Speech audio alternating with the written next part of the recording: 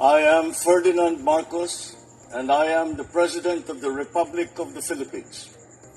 I stand today on behalf of 110 million Filipinos. Everyone, hello universe, it's me again. Shout out sa inyo mga kababayan. But anyway, meron tayong upload videos, updates. Nako po, June 4, 2026 ngayon, Aba itong Duterte Black, talagang tinulo yung kanilang Blue Ribbon Committee. Kasama po ang 18 Marines. Sa nakikita ninyo, at nakikita ko guys, isa lang naman ang punteriya nila dyan para idiin yung mga tao na gusto nilang idiin na pinagbibintangan.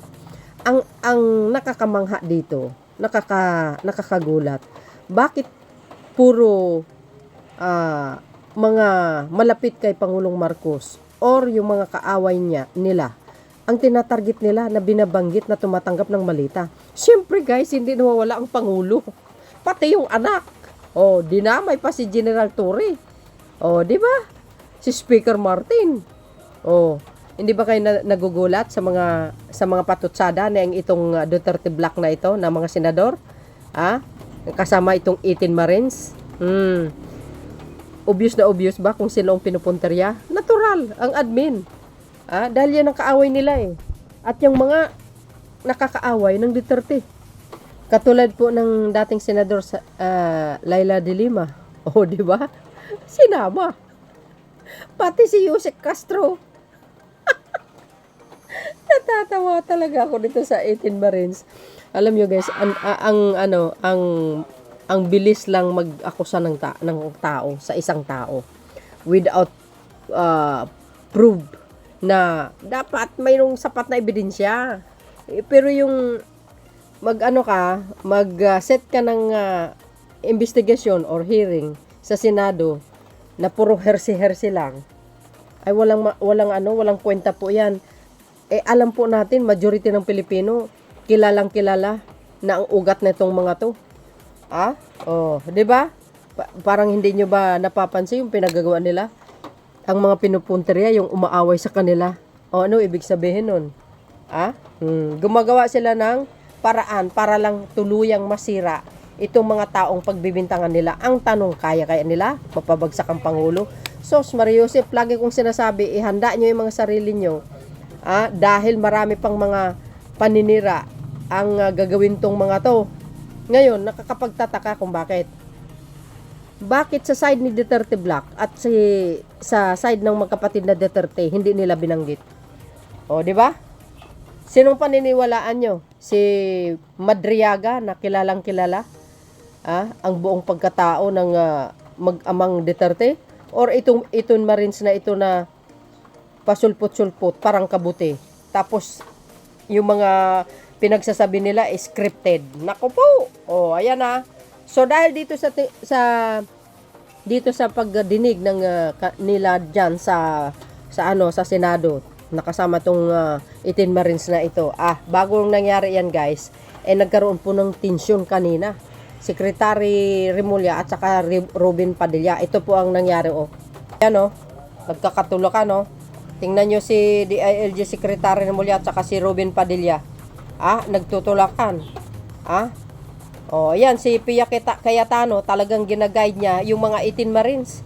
Para lang makakapasok. Tingnan nyo, yan si Secretary Remulla guys. Kawawa siya talaga. Walang backup, walang tumulong sa kanya. Mas marami ang Duterte Black parang nag-iisa lang siya. Tingnan mo si Ruben at saka si Secretary Remulla. Alam nyo, ang haba-haba talaga ng pasensya ni Secretary Remulla ng DILG. Guys, kung gamitin niya lang yung kanyang persa, ang kanyang powers as a DILG, hindi makakapasok ang mga marino na ito at hindi makakapalag si Robin Padilla. But because of his patience na pinahaba niya, kahit sabihin mo na saktan yata siya dahil tinutulak siya ni Robin Padilla, hindi siya gumawa ng hakbang para lang magtawag ng mga ng mga pulis or di ba? Kasi para iwas gulo. Yun ang tingin ko dito sa ginawa ni Secretary DILG Remulla. Tingnan nyo naman ang nangyari diyan kanina bago bago nagkaroon po na, bago nakapasok, pumilit itong mga Duterte Black senadors na ito para lang matuloy yung investigasyon ko, no? Na kung tutuusin, ang mga investigasyon sa Blue Ribbon Committee ni Senator Lacson tapos na.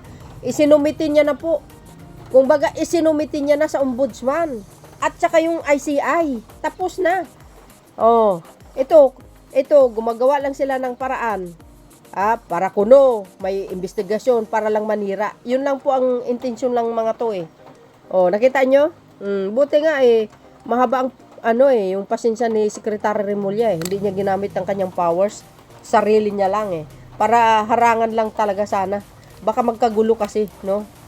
So dahil dyan, mga kababayan, sa pagdinig dyan sa Senado, lahat na lang pinangalanan. Ito si Senator Soto. Yan yung sinabi niya. Kasi idinamay siya, guys, na tumanggap daw ng malita nung panahon na yun. Kung tutuusin, mga kababayan, nung panahon na yon na binanggit yung taon, wala pa si Senator Soto that time. Hindi pa siya senador. 2025 pa lang siya na naging senador dahil nanalo siya under the alyansa. How come, 'di ba? Paano tumanggap ng malita yung ito si Senator Soto? Sabi kasi dito. Sabi po dito ni Senator Soto, huwag kayo patol ng patol. Itinanggan ni Senator Soto ang aligasyon, tumanggap umano siya ng 5 malita noong 2024 mula na sa mga de umano'y bodyguard ni dating Representative Saldico. Ayon kay Soto, hindi niya bibigyan ng bigat ang paratang dahil hindi siya senador mula 2022 hanggang 2025. Biro nyo yun. Diyan pa lang palyado na sila sa mga testimonan nila. Sablay! OMG, noon pa yan. Sinabi ko, I will not dignify such because I was not senator from 2022 to 2025. Mention na EA ko daw na tumanggap, si Mark died in 2015. Ano ba? Dito pa guys, sablay na itong 18 Marines, my gosh. Kailan lang naging senador ito si Senator Soto? Tapos, tumanggap siya nung that time na yon. Oh my gosh. Scripted na naman ang mga 18 Marines. Alam nyo guys, mas maganda talaga mayroong mag-cross-examine para mas maganda ang labanan, di ba? Ito pa. Si General Torre, tumanggap na naman. Nakakatawa talaga. Sabi dito, Metro Standard, self-proclaimed ex-marine Bini Bolante has implicated former General Nicolas Torre III in a cover-up tied to the 307 million flood control. Bolante revealed that after whistleblower or Legotesa exposed the anomaly story, tried to silence them. Agay!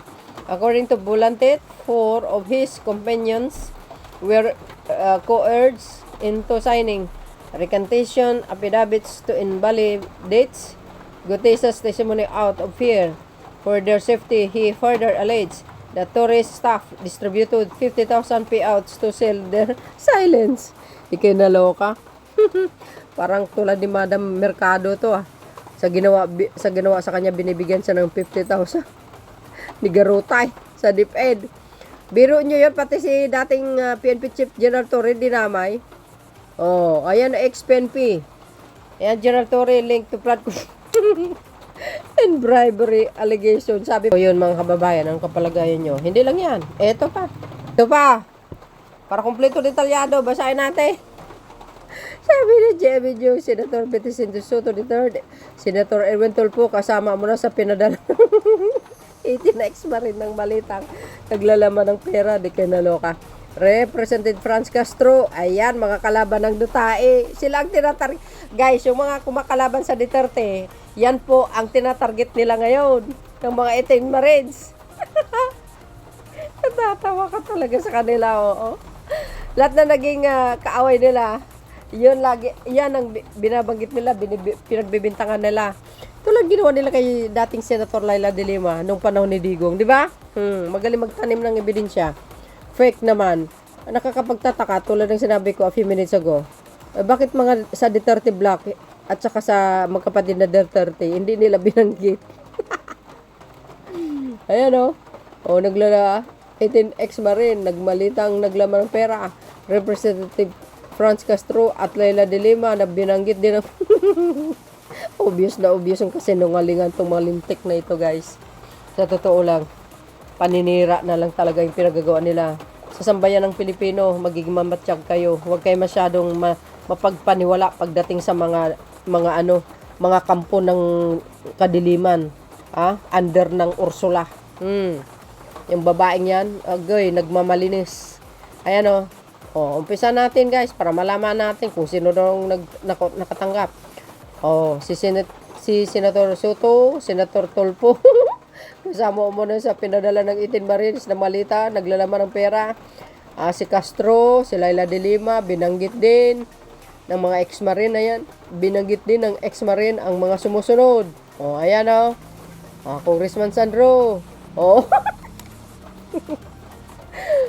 Congressman Redon. Para yung chairman ng House Committee on Justice kasama. Congressman Luistro. Ito. Ewan ko, natatawa talaga ako. Congressman Arlen Brosas. Pati si Congressman Abante, Bini Abante. Si Adjo. Congressman si Adjong. Si Alvarez, si S. Barbers, Joel Chua. Dating Congressman Dan Fernandez, Janet Garen, Agay, Raul Manuel, Stella Kimbo at Villanueva. Marami pa, guys, grabe. Si First Lady Lisa wala no? Pero binanggit nila yan, pati ang Pangulo ng Pilipinas, tinarget din. Sa kayo makikita ganito, mga kababayan? Di ba obvious? Halatang halata, Sabi sa inyo Ganun sila kasi Raulo. So I hope, no? Itong mga nabanggit ng ex-marine, sampahan ng kaso, itong mga to. Itong ex-marine na ito. At saka, hindi lang yun, i-cross-examine, no? Hindi lang yan, mga kababayan. Hindi lang yan. Ito, pati si Senator Trillanes. Former Senator Trillanes on receiving cash filled suitcase as alleged by it.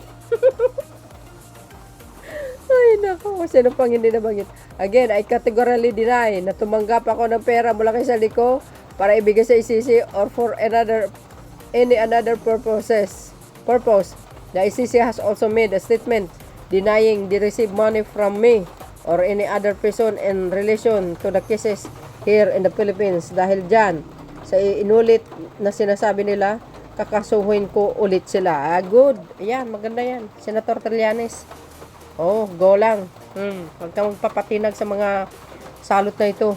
Tumanggap sila ng mga pera. For sure. Ayan, mga kababayan, mayroon pa. Baka yung mga, yung ibang mga senator, babanggitin nila. Ganon sila kadesperado, mga kababayan. Kasi ugali ng puon nila mahilig magbintang. Gawa-gawang istorya, nako. So, yun guys, ang aking pinaka-latest updates. Kayo po, anong masasabi nyo dito sa mga scripted nilang mga pagbibintang? Hindi nyo po kaya kumbinsihin ng taong bayan para maniwala sa mga pinagsasabi nyo. Maniwala kayo para magalit kay Pangulong Marcos Jr. Maglabas kayo ng sapat na ebidensya, hindi yung puro herse-herse. Yan ang layunin ni Cayetano. Tinuloy niya yan para sirain ang mga tao na nabanggit. Ayan. Kaya nararapat lang na nasipa siya sa pagka-Senate President. So yun guys, ang pinaka-latest update. Thank you guys for watching. See you again on my next upload. Bye bye and babus. God bless Philippines. There's more. Follow me and likes, mga kababayan. Ayan. Hit the button palagi kay update sa aking mga upload videos. There's more. Bye everyone.